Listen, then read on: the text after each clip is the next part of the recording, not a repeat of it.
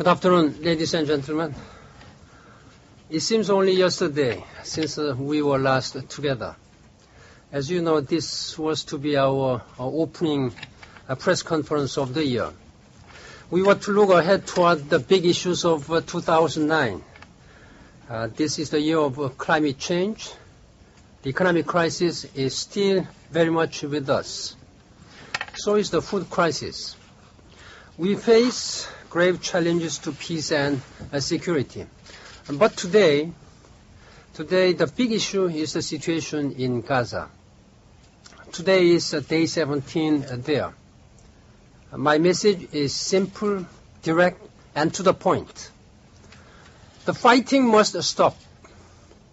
And to both sides I say, just stop now. Too many people have died. There has been too much civilian suffering. Too many people, Israelis and Palestinians, live in daily fear of their lives. And in Gaza, the very foundation of society is being destroyed.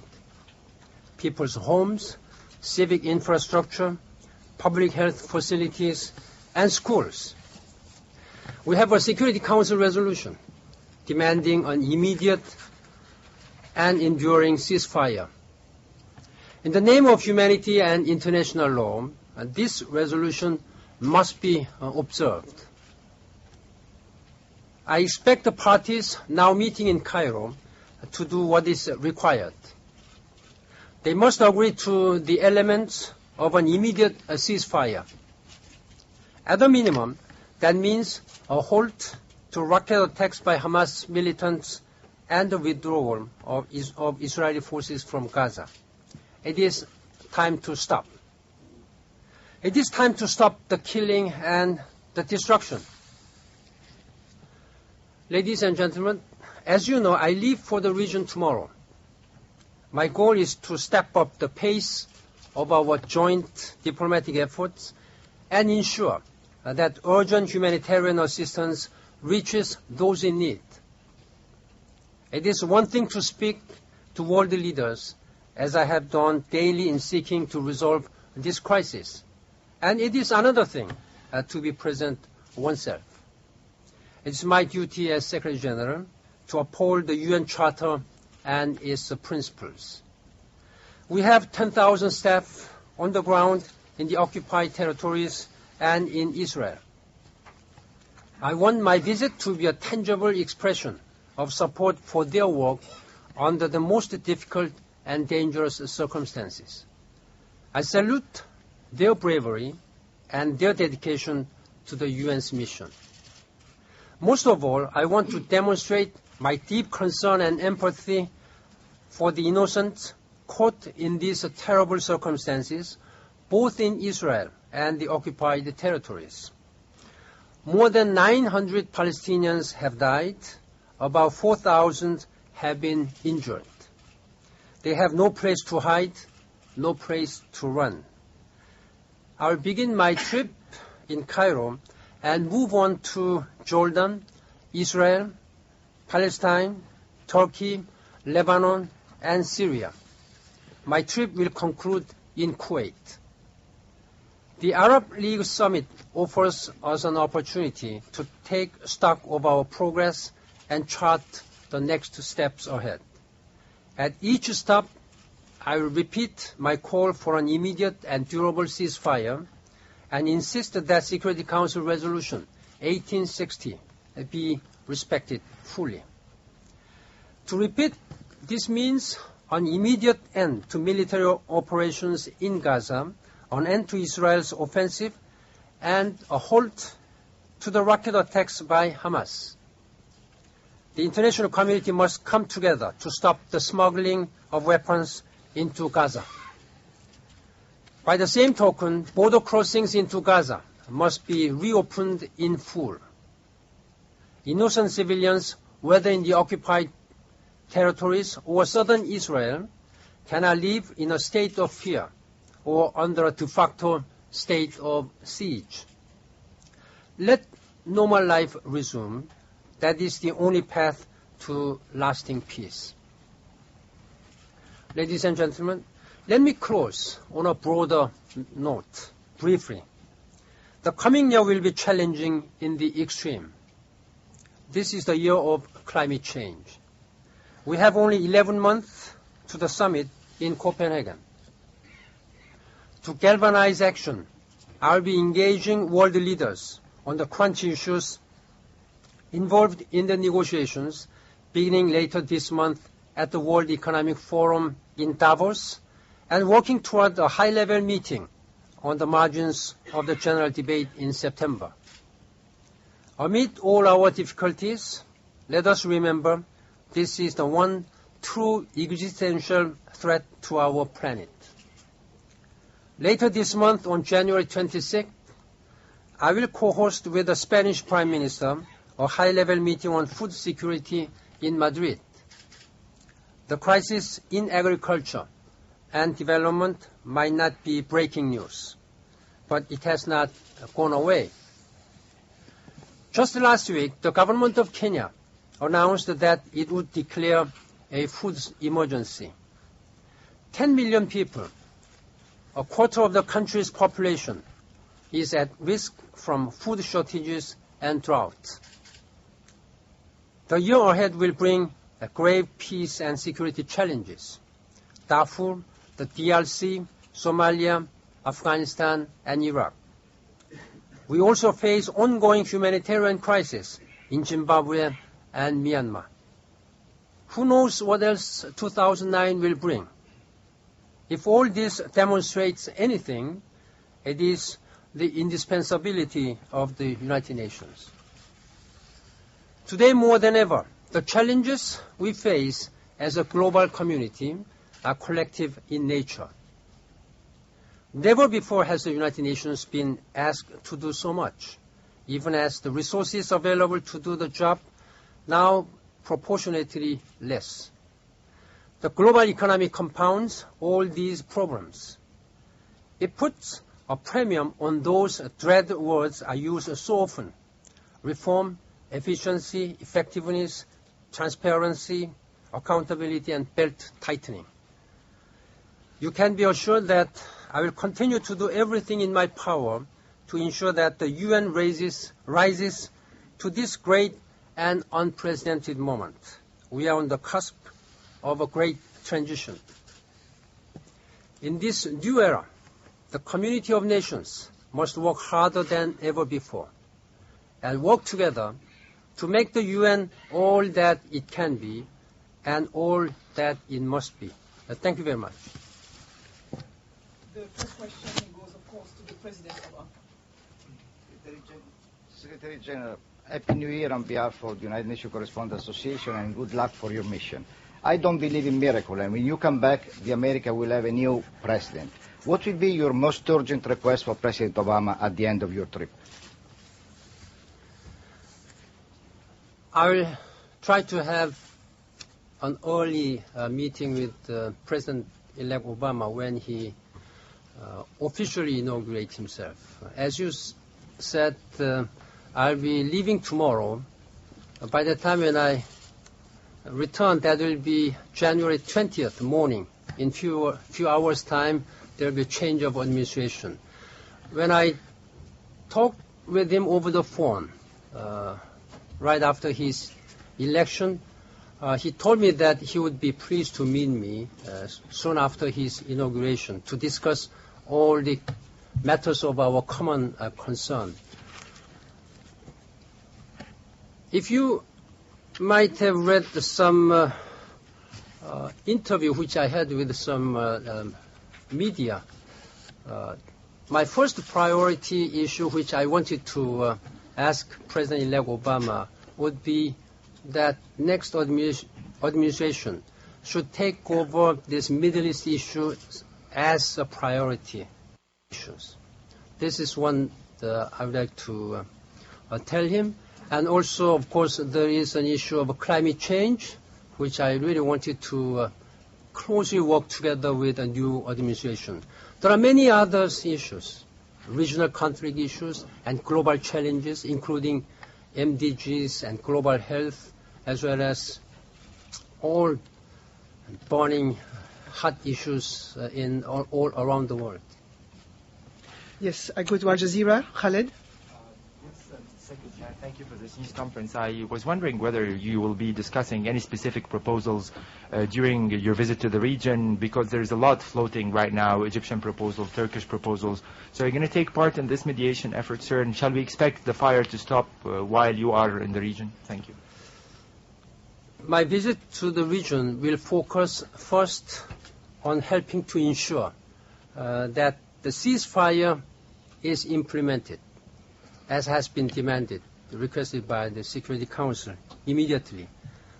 And urgent humanitarian assistance reaches those in need, and also encourage the diplomatic efforts currently underway.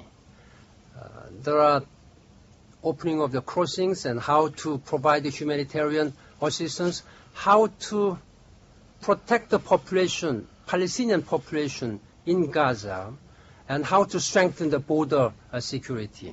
All these are important issues. And there is another issue of national unity of Palestinians, how to reunite people, Palestinian people in West Bank and in Gaza. There have been several initiatives initiated by Egypt and some other countries, and I will have an opportunity of discussing all these issues with President Mubarak of Egypt and leaders of Israel, including Prime Minister and President and Foreign Minister in Israel. And these will be main issues which I will dwell on with all the leaders in the region wherever I visit. Kuwait News Agency, Salwa. Mr. Secretary General, how important to hold the first Arab Economic Summit in Kuwait in the middle of the global financial crisis? And are you concerned that it will turn into a political summit because of Gaza? This was scheduled, planned a long time ago. And I plan to participate in that Arab Economic Summit meeting in Kuwait. And I think it will be a good opportunity for me and for leaders of Arab to discuss all the matters, including how to overcome economic crisis, as well as to address this Middle East peace process. I understand that the League of Arab States Secretary General is now looking at the possibility of arranging some extra session to discuss all this situation in Gaza on the occasion of this Arab Economic Summit meeting. And I'll be happy and I'll be pleased to engage in talks with them. New York Times, Neil. Ceasefire resolution is now more than 3 days old. I wonder if you could tell us what you've done so far to try and make it stick, please, and specifically what contacts you've had with the American government and what they're telling you about trying to make it stick.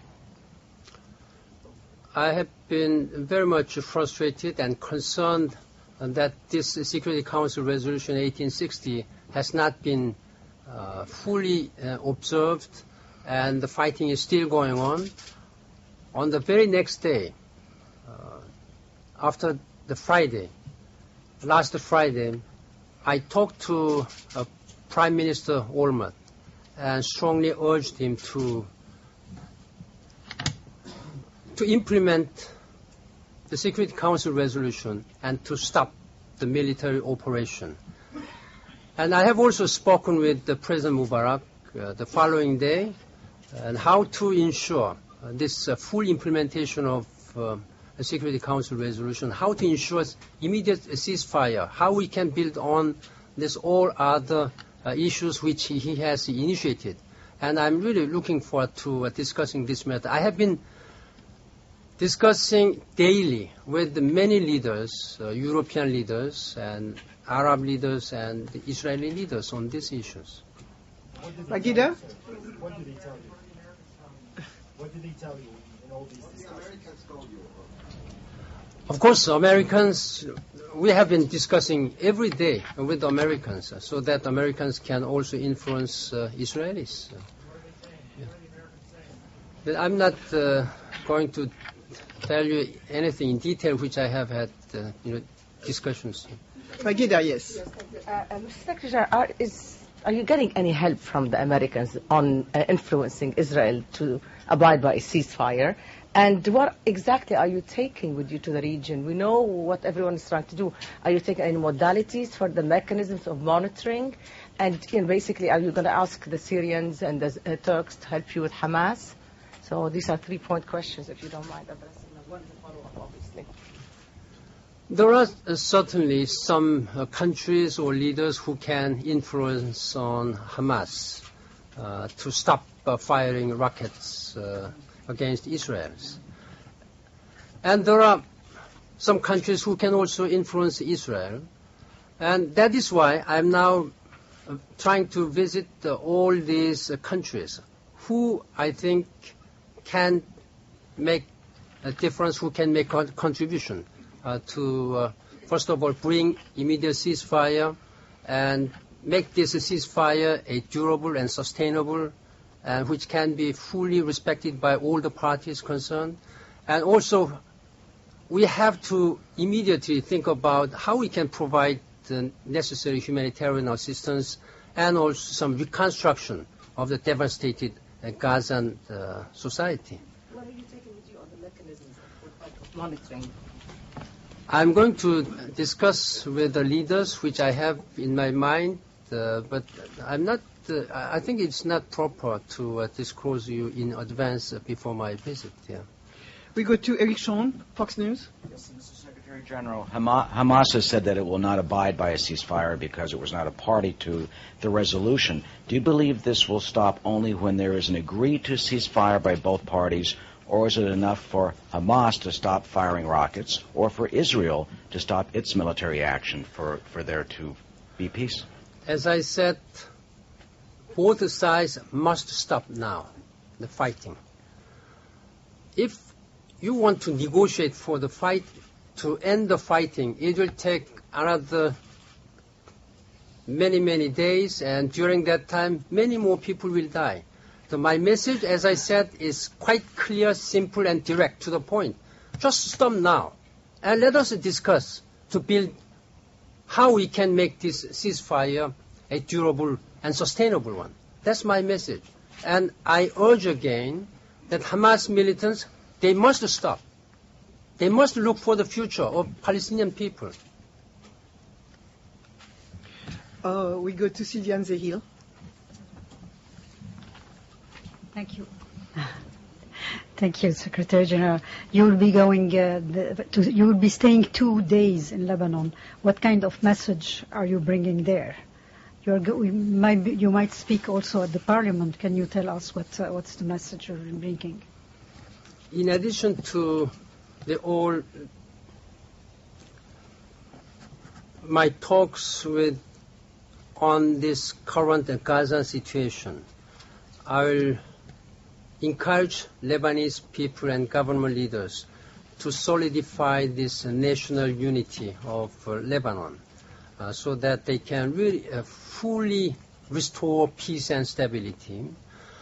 And also I will strongly encourage them to improve their relationship with the neighboring countries, including Syria. That will be a very important message for me. Of course, I will engage in talks how to implement this Security Council Resolution 1701, and most imminently how Lebanon also, as Arab leader, they can contribute to this stability and peace in the Gaza. Yes. Karaman, Turk TV. Thank you, Michel. Mr. Secretary General, your main mission is to make sure that the resolution is implemented. What are the ways you think to make sure that the resolution is going to be implemented? What are you going to do for that? And also, is there any possibility of you having any contact with Hamas? Now, the Security Council resolution is a binding one, and all the member states should fully comply with the Security Council resolution. Unfortunately, we have not seen this full implementation of this resolution. I'm going to discuss with world leaders in the region how we can ensure the full implementation of this Security Council resolution. And about this Hamas, as a Secretary General, I deal with internationally recognized Palestinian leader, President Abbas. The UN system on the ground, however, has appropriate contacts with all factions as required, including with the Hamas. These will continue. Our message to Hamas is, again, very simple and clear. Stop the rockets so that a ceasefire can take hold and the people of Gaza gain some relief so that they can return to their normal life. Edie Ledra?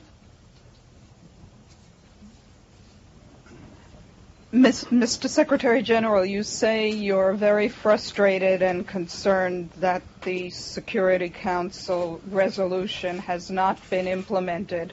How are you going to answer critics in the region and elsewhere who say that this is just another indication of the impotence of the United Nations, that they call for things and nobody listens? Just criticizing United Nations in such a way is unfair. So look at how much United Nations has contributed to peace and stability and development and protection of human rights during last over 60 years. Of course, there were some occasions when we were not able to fully address all the situation as international community would have expected. This Gaza situation may be one of such. That is why I'm going to visit the regions and discuss this matter with the leaders in the region, very sincerely and in depth and honest way. So let us see. Many world leaders are concentrating and exerting their utmost efforts. You have seen many initiatives taken by many leaders, and this is very encouraging. But first and foremost, the parties concerned, they must first stop and heed to the calls of international community and must fully comply with the Security Council resolution. That's the problem lies. That's where problem lies, not the United Nations. Benny Avni? Mr. Secretary General, the Human Rights Council and the Commissioner called to launch an investigation into Israeli war crimes. Will you launch such an investigation? Also, will you launch an investigation into the use of human shields? Is that a war crime? And also, did you say that you won't meet with any Hamas officials? I won't what? Meet with any Hamas officials? No, I didn't say that. I said I deal with the internationally recognized leader, President Abbas, but on the ground, the United Nations officials, for the purpose of delivering humanitarian goods, have been making some contacts with the Hamas for necessary administrative reasons. Now, I have already called for an independent investigation. The High Commissioner on Human Rights also did, as did the UNRWA, into investigation into shooting incidents involving United Nations contracted vehicles and UNRWA schools. I'm awaiting a response from Israel to my request. For other issues, we will have to first of all assess all the situation. Since we have not been able to assess all the situation on the ground in Gaza, let us see what we have to do. Yeah. It's something which ICC or other international organizations, pertinent organizations, will have to determine on this issue. Yeah. We go to Betsy Pisik. Secretary General, I wish you a happy new year, if not a peaceful one. I wanted to ask you about Hamas. Why is it that the United Nations cannot deal with them? I mean, they did win an election in 2006. They are very much the root of the problem, if not the root of the solution as well. Doesn't it make sense to deal with them on some level, even through the quartet? You know the position of Palestinian Authority. Then, as I said, the United Nations deals with internationally recognized leadership of Palestinian Authority. That is President Abbas. That's what the quartet has agreed. Omar? Mr. Secretary General, you said that one of the main purposes also of your visit is to give support to the personnel of the United Nations that are working in dire conditions there. Is there any way to see you visiting Gaza or just announcing it as a way to make more pressure to get that ceasefire that everybody is looking for? In fact, I'm deeply anguished over the situation in Gaza. It is tragic and heartbreaking to see so many civilian people have been killed and are suffering from this crisis. I would have liked to personally visit Gaza, but under these circumstances, I'm not sure whether I'll be able to visit and show my concern firsthand. In any event, I'll be doing all what I can while visiting the countries to draw attention to the international community to this critical situation. And I'm sure that I'll have an opportunity to have a direct contact with our UN staff in Gaza, who have been doing a heroic job under such very difficult circumstances. We could from now to then, will you consider such a visit?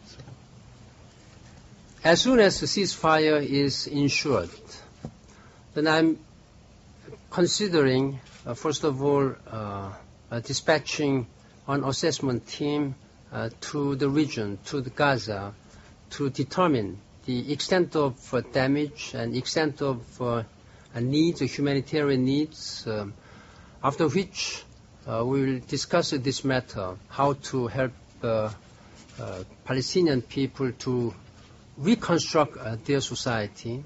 I have already discussed this matter with Norwegian government, who is holding a co-chair of ad hoc liaison committee together with me. We will, on the basis of all these assessment teams, recommendations, and report, as well as a result of AHLC, we will try to have some pledging conference, international pledging conference. But first, to be possible, to be that possible, first and foremost, there must be a ceasefire, and stability should be ensured there. Go to German TV, Klaus. Well, I want to once again follow up with the Hamas question. Don't you think there could be a situation when you and the UN have to negotiate with Hamas? This Egyptian government has been in contact with Hamas, and there are some other countries like Syria and Turkey who have been talking with this Hamas people. So let us see. I think first and foremost, Hamas must stop this fighting. They must fully cooperate and observe Security Council resolution so that there can be a peace and stability. For that, Israel also must fully cooperate. Then we can discuss other related issues. We're running out of time. Franco Ciardo, CBS. Happy New Year to you, Mr. Secretary General. When the Security Council resolution was passed last Thursday, the U.S. abstained. Do you feel that hurt the message that was being sent by the rest of the Council because it wasn't a unified message? I will not comment on the voting a pattern of any member state. That's a decision of United States. I have hoped that this resolution could have been adopted by unanimity. But it was also encouraging that this resolution was adopted with 14 votes in support of this. Therefore, we regard that this resolution has a very broadest possible support, which must be fully implemented and respected. I think we'll have to end it here. I'd said half an hour. We cannot go beyond that. The Secretary General, unfortunately, has other engagements. I just thank you very much for your best wishes at the beginning of this new year. I should have also reciprocated my best wishes to each and every one of you at this time. But as you probably understand, I have been deeply concerned. I have been heavily engaged even from January 1st to address this situation. But I would like to take the opportunity again that we work very closely together, and I wish you a continued good success and good health and happiness to you and to your family. Thank you very much. Thank you. Thank you.